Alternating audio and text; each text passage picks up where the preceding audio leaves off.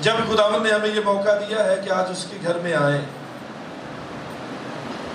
تو یہ عہد کرنا ہے کہ میں آج کون کون سے عملی کام کر سکتا ہوں.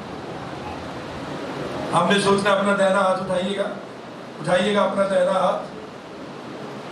کیا آج ہم خداوند کی آواز سننا چاہتے ہیں کہ میں کیا کام کروں جس سے میرا ایمان عملی ہو جائے؟ کہیے گا آمین. اب آپ غور کیجئے گا، سب سے پہلے بیمار سوچ ہے اسے نکال پھینکنا ہے. یہ چھوٹا سا کام نہیں ہے، یہ بہت بڑا آپریشن ہے. سوچ کو دور کرنا، مثبت سوچ لانا. 3 باتیں ہم نے یاد رکھنی ہے. آج ایمان رکھیے گا، آج یہ جو 3 باتیں ہیں آج کے بعد اگر ہماری زندگی میں آ جائیں تو ہم ایمان سے بڑے بڑے کام ہوتے ہوئے دیکھیں گے. اگر یہ 3 باتیں ہماری زندگی میں آ جائیں، اور وہ 3 باتیں کون سی ہیں؟ اچھا سننا ہے. سب سے پہلی بات یاد رکھیے گا، اچھا سننا ہے، اچھا پڑھنا ہے. دوسری بات اچھا پڑھنا ہے. پہلی بات اچھا سننا ہے، مطلب مثبت سننا ہے، منفی بات نہیں سننی. اچھا سننا ہے اور اچھا پڑھنا ہے اور اچھا کہنا ہے. یہ 3 خاص بات یاد رکھیے گا. اب اچھا سننے سے کیا مراد ہے؟ سب سے پہلے ہم یہ دعا کر سکتے ہیں کہ اے خداوند تو میری زندگی سے بیمار سوچ کو ختم کر. پھر ہم نے سوچنا اپنی زندگی میں کہ میں اگر منفی ہوں تو میں منفی کیوں ہوں. پھر میں اگر کوئی غلط بات سوچتا رہتا ہوں تو کیوں سوچتا رہتا ہوں. اور اگر میں ناشکرا ہوں تو میں ناشکرا کیوں ہوں. اور اگر پوری دنیا مجھے غلط لگتی ہے تو ایسا کیوں ہے. تو خدا مجھ پر رحم کر. اور پھر یہ دعا جب ہم مانگیں گے اور یہ یاد رکھیں گے، آپ اس بات کو ذہن میں رکھیے گا. اچھا سننے کی بات جب ہم کرتے ہیں، اچھا سننے کی بات کم سے کم 24 گھنٹے میں بائبل مقدس کو آپ سنیے گا، اچھی اور مثبت باتوں کو سنیے گا. کم سے کم آدھا گھنٹہ آپ مخصوص کریں اس بات کے لیے کہ اس وقت میں نے کسی بھی قسم کی کوئی منفی بات نہیں سوچنی، نہیں سننی، مثبت ہی سوچنی سننی ہے. پہلی بات آدھا گھنٹہ وہ کلام کی باتیں ہوں، وہ ایک دوسرے سے باتیں ہوں. یہ چھوٹی سی بات نہیں ہے، یہ اپنی زندگی، عملی زندگی کے لیے ایک بہت بڑا موڑ ہے ہمارے لیے کہ آدھا گھنٹہ، آدھے گھنٹے سے شروع کرنا، تھوڑے سے تھوڑا آدھا گھنٹہ آپ اپنی زندگی میں مخصوص کریں کہ میں نے صرف اچھا ہی سننا ہے.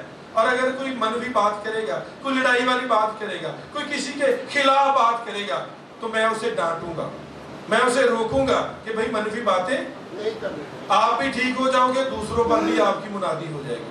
ہوگی یا نہیں ہوگی؟ کم سے کم آدھا گھنٹہ. کیا ہم اس بات سے متفق ہیں؟ کوشش کیجئے گا آدھا گھنٹہ جو ہے وہ آپ مثبت سنیں، منفی باتیں سنانے والوں کو آپ روکیں. دوسری بات اچھا پڑھیں. کم سے کم میں بات کر رہا ہوں، جو عزیز زیادہ پڑھتے ہیں یا زیادہ سٹیمنا ہے پڑھنے کا وہ زیادہ پڑھ سکتے ہیں، لیکن کم سے کم جن عزیزوں نے شروع کرنا ہے کم سے کم 2 صفحے بائبل مقدس میں سے بلا ناغہ پڑھیں. کیا یہ عملی قدم ہوگا یا نہیں ہوگا؟ عملی طور پہ ہم مضبوط ہوں گے یا نہیں ہوں گے؟ پہلی بات بھی اگر ہم کریں تو ہمارے لیے مشکل نہیں ہے، اور اگر ہم کریں تو کیا کر سکتے ہیں یا نہیں کر سکتے؟ تھوڑے سے عزیز کر سکتے ہیں، باقی